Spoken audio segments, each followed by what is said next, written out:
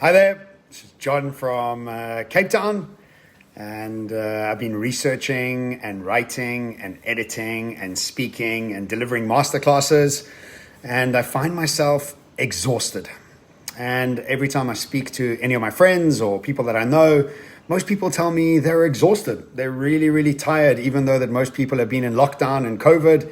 There seems to be a new flavor of tiredness, fatigue, or exhaustion. And I wanted to chat today about some of the research that I've been doing around why is it that we are a little bit more exhausted than usual. So if you're exhausted, I guess you're not alone, but here's some ideas that I've picked up. I will listen to a podcast by a gentleman called Andrew Huberman, and he's got an Instagram account called Huberman Lab or Lab Huberman, something like that. And he's a fascinating guy. He's a neuroscientist at Stanford.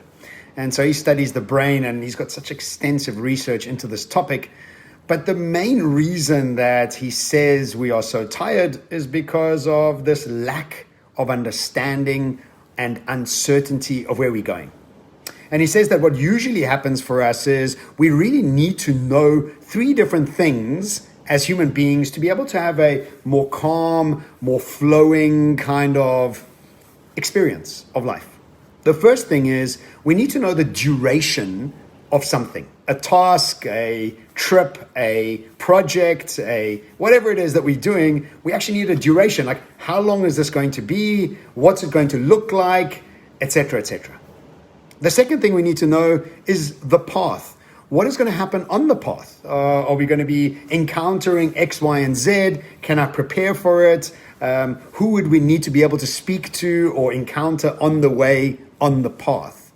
And lastly, what should the outcome look like? What does it ultimately look like when we finish this process? Now, we can all tell very well that we don't have any idea what the duration and repercussions of COVID-19 are yet, because we're kind of at the beginning of this transformation, maybe. Also, we have no idea what the path looks like. It changes all the time.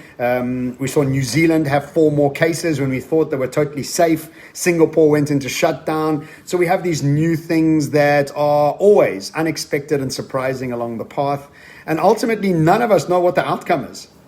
And so this idea to become okay with uncertainty is a brand new thing that we struggle with as human beings. And we have to retrain our brains to become more comfortable with uncertainty, more comfortable with just expressing ourselves without needing that outcome. Now, I know this is really hard, but so is what COVID-19 is doing to us, and so is what it's doing to our socio-economic systems and the businesses around us. So ultimately, what I've been practicing for myself is to be more patient, to be more kind to myself, to give myself more breaks throughout the day. And of what I found myself doing is working and then going for a quick run, and then working again and going for a cycle, and working and then just sitting on the couch and vegging, and then working a bit and then talking to some friends. So I've staggered out my breaks differently to what I used to. Also, I'm measuring my success in little wins rather than hoping for these big wins, because none of us can guarantee any big wins out there because things are changing so dramatically and so quickly.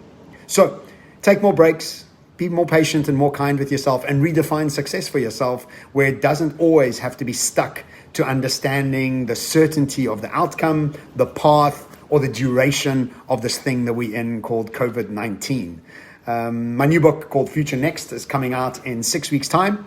It's FutureNEXT, but the payoff line is reimagining our world and conquering uncertainty. So this is a big topic for me, and I'm speaking a lot about resilience, the new economic system with my co-author Iraj Abedian. I'm really looking forward to launching it and kind of getting it out the way. I've been writing it for the last 6 months and re-editing it and rereading it with my copywriter and my publisher. So I'm looking forward to getting it out there. We're doing a lot of book launches, so join us for those. We'll be pushing them onto social media really soon. So if you are out there, if you're feeling a bit exhausted, it's okay. We all are. I hope these tools have helped you become less exhausted, less anxious, and more excited and optimistic about the future.